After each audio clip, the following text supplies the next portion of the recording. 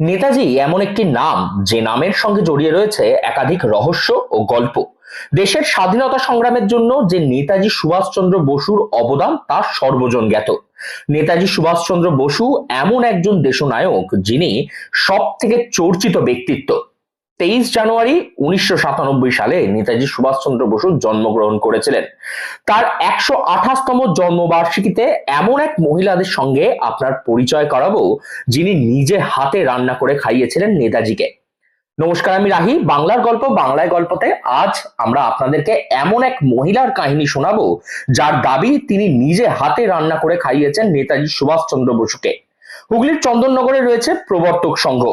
ভারতের প্রাক স্বাধীনতার সময়কালে বাংলার বিপ্লবের অন্যতম আঁতুড়ঘর ছিল এই প্রবর্তক। দেশের সশস্ত্র বিপ্লবের আখড়া বলা চলতো এই জায়গাকে। 1914 সালে প্রতিষ্ঠিত হয় প্রবর্তক সংঘ, যার মুখপাত্র ছিল প্রবর্তক পত্রিকা। প্রবর্তক সংঘ ছিল সেই সময় বিপ্লবীদের আশ্রয়স্থল। মনীন্দ্রনাথ নায়েক, কানাইলাল দত্ত সহ অনেক বিপ্লবীরাই এখানে বোমা তৈরি করতেন। লর্ড হার্ডিংকে মারার জন্য তৈরি করা বোমাটিও তৈরি হয়েছিল এই প্রবর্তকের মধ্যেই। সেখানেই একাধিকবার এসেছিলেন নেতাজি সুভাষচন্দ্র বসু। আর সেখানে গেলেই পাওয়া যাবে সেই মহিলাকে যিনি স্বয়ং নিজে রান্না করে খাইয়েছিলেন 13 দিন নেতাজিকে। তার নাম মমতা দাস। মমতাদির আদি নিবাস অধুনা বাংলাদেশের ফরিদপুর জেলায়। মমতাদি মুখার্জি কমিশনেরও অন্যতম একজন মতদাতা ছিলেন। মমতাদির কথায় 1945-এর বিমান দুর্ঘটনায় নেতাজি মারা যাননি, তিনি ফিরে এসেছিলেন সন্ন্যাসীর বেশে। তিনি তার নাম হয়েছিল পরবর্তীতে গুমনামি বাবা। তবে মমতাদি মনে করেন তিনি ছিলেন স্বয়ং নেতাজি সুভাষচন্দ্র বসু। 1967-তে নেতাজি একবার সাধুর বেশে গোপনে থাকতে এসেছিলেন চন্দননগরে। সেই সময় সালটা হচ্ছে 1967। সেই সালেই নেতাজি এক সাধুর বেশে গোপনে থাকতে এসেছিলেন চন্দননগরের প্রবর্তকে। তখন নেতাজি অসুস্থ ছিলেন তার কর্বালঙ্কার রোগে, ফলে তাকে কলকাতায় একটি অপারেশন করাতে হয়। মমতাদির কথায় সেই অপারেশন হয়েছিল গড়িয়ার মিত্র নার্সিং হোমে। সেই সময় 13 দিন তিনি চন্দননগরেই প্রবর্তকে ছিলেন। নেতাজি যে চন্দননগরে আসছেন সেই তার আগে একটি গোপন চিঠি তিনি লিখেছিলেন এই প্রবর্তকে। সেই চিঠিও রয়েছে এখন এই মহিলার হাতেই। কি বলছেন এই মহিলা এই বিষয়ে শুনুন। নেতাজিকে দেখেছিলেন? হ্যাঁ, দেখেছি। মানে কিভাবে? উনি এসেছিলেন নবদ্বীপে, তখন একবার দেখেছিলাম, তারপরে উনি পরে এসেছিলেন আমাদের এখানে, তখন ওনাকে দেখেছি আমি। আহ, আপনি তাকে রান্না করে খাইয়েছিলেন এরকম একটা শোনা যায়। হ্যাঁ, 13 দিন ওনাকে রান্না করে খাওয়ানো দাওয়ানো সব করেছিলাম। ওনার সেবা বলতে যেটা ভোরবেলা চা নিয়ে যেতাম, মিষ্টি দিতাম, তারপরে দুপুরবেলা জিজ্ঞেস করে রান্না বান্না করতাম, করে নিয়ে যেতাম, তারপর রাত্রিবেলাটা ওরা দিত। কি খেতে পছন্দ করতেন উনি? নেতাজি কি খেতে পছন্দ করতেন? হুম? কি খেতে পছন্দ করতেন নেতাজি? উনি নিরামিষ খেতেন। উনি বলে দিতেন পিতার ডালটা খুব পছন্দ করতেন, পিতার ডাল করবি, হুম। তারপরে নিরামিষ তরকারি, শুক্তো, এসবগুলি উনি ভালোবাসতেন।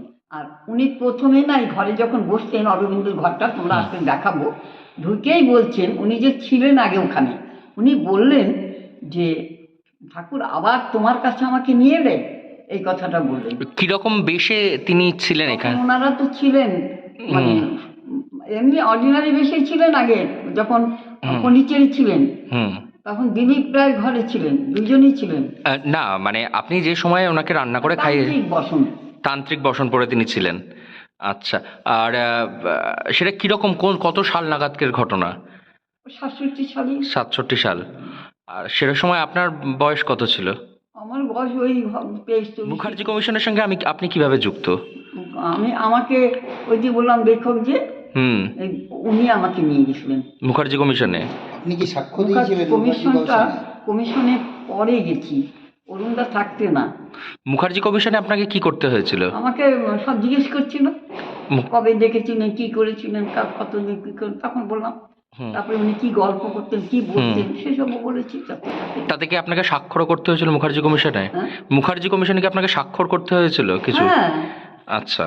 আমাকে কেন, অনেককেই করেছে, তবে কেউ কিন্তু বলেনি জীবিত আছে, এটা কেউ বলতে পারেনি, কিন্তু একমাত্র আমি বলেছিলাম। আচ্ছা। ওদেরই খাতায় আছে, সরকারি খাতায় আছে যে 112 নম্বরে আমার নাম ছিল সই করার। ঠিক আছে। তার নেতাজির বিষয়ে আরেকটু জানতে গেলে তার আগে জেনে নেওয়া দরকার প্রবর্তক সংঘটি আসলে কি ছিল। স্বামী তৈলক্যনাথ, রাসবিহারী বসু, নেতাজি সুভাষচন্দ্র, শ্রী অরবিন্দ, কানাইলাল দত্তের মতন একাধিক বিপ্লবীরা মিলে তৈরি করেছিলেন এই সংঘকে। তাদের মূল উদ্দেশ্য ছিল প্রবর্তকের মধ্যে দিয়ে দেশের স্বাধীনতা সংগ্রামের বীজ প্রতিটা নাগরিকের মধ্যে ছড়িয়ে দেওয়া। সেই সময় গোটা দেশ জুড়ে প্রবর্তকের শাখা খোলা হয়। প্রবর্তকের নিজস্ব ছিল কিছু পাটের শিল্প।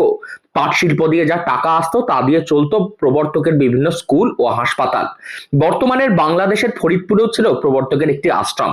সেখানেই মাত্র 3 বছর বয়সে নিয়ে আসা হয় মমতা দাসকে।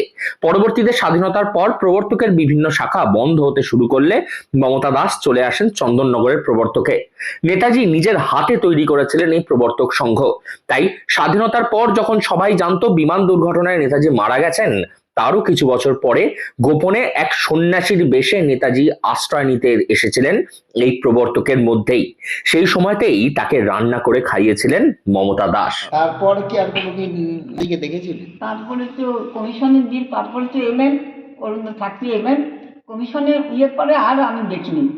তার আগেই উনি তো নবদ্বীপের দেখলাম একবার, তারপরে উনি এখানে আমাদের কাছে আসলেন, তারপরে দেখলাম।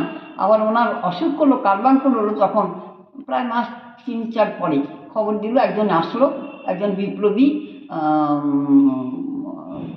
ইয়ের ওই উনি নামটা আমার মনে নাই, আছে ইয়েতে। তা উনি এলেন, যে বইতেও পাবে। তখন উনি এলেন, এসে বললেন ওনার কার্বাঙ্কুর হচ্ছে, চিকিৎসা করতে হবে, চিকিৎসাটা গোপনেই করতে হবে। তখন কলকাতা গড়িয়ায় নার্সিং হোম ছিল, তখন মিত্রের নামটা ভুলে গেছি, ওরাও এসেছিলেন এখানে। তা ওরা ওনাকে অপারেশন করেছিল। আচ্ছা। নেতাজির অন্তর্ধান রহস্য নিয়ে অনেক দ্বিমত রয়েছে। সর্বশেষ মুখার্জি কমিশন এটি প্রমাণ করেছে যে জাপানের প্লেন দুর্ঘটনায় নেতাজির মৃত্যু হয়নি।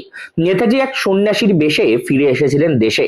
তারপরে মমতা দাস, তিনি সুযোগ পেয়েছিলেন নেতাজির সান্নিধ্য পাওয়ার। বর্তমানে 88 বছর বয়সী মমতা দাস সেই সময়ের একাধিক গল্প উপস্থাপন করেন, যা নিয়ে তৈরি হয়েছে একটি বইও। মমতাদির কথায় তিনি নেতাজি সুভাষচন্দ্র বসুকে রান্না করে খাইয়েছিলেন। তবে তখন নেতাজি নয়, তিনি ছিলেন সন্ন্যাসীর বেশে। তার লেখা, অর্থাৎ সুভাষচন্দ্র বসুর নিজের হাতে লেখা একটি চিঠি, তা এখনো রয়েছে মমতাদির কাছে। এখনো মমতাদিকে গেলে পাওয়া যাবে চন্দননগরের প্রবর্তকে। পরাধীন ভারত থেকে ভারতের স্বাধীনতা আসা এবং দেশের সশস্ত্র বিপ্লব, তা একেবারে খুব সামনে থেকে দেখেছেন এই মহিলাটি। আজ এই বৃদ্ধ বয়সে দাঁড়িয়েও এখনো তিনি স্মরণ করেন অতীতের সেই সমস্ত স্মৃতি। বাংলার গল্প বাংলায় গল্পতে আজ এমন এক মহিলার গল্প আপনাদেরকে শোনালাম, যিনি নিজের হাতে রান্না করে খাইয়েছিলেন আমাদের দেশনায়ক নেতাজি সুভাষচন্দ্র বসুকে। নেতাজির 128তম জন্মবার্ষিকীতে যদি এই মহিলার কাহিনী আপনাদের ভালো লেগে থাকে, তাহলে অবশ্যই এই গল্পটি শেয়ার করুন আপনাদের বন্ধুদের সঙ্গে।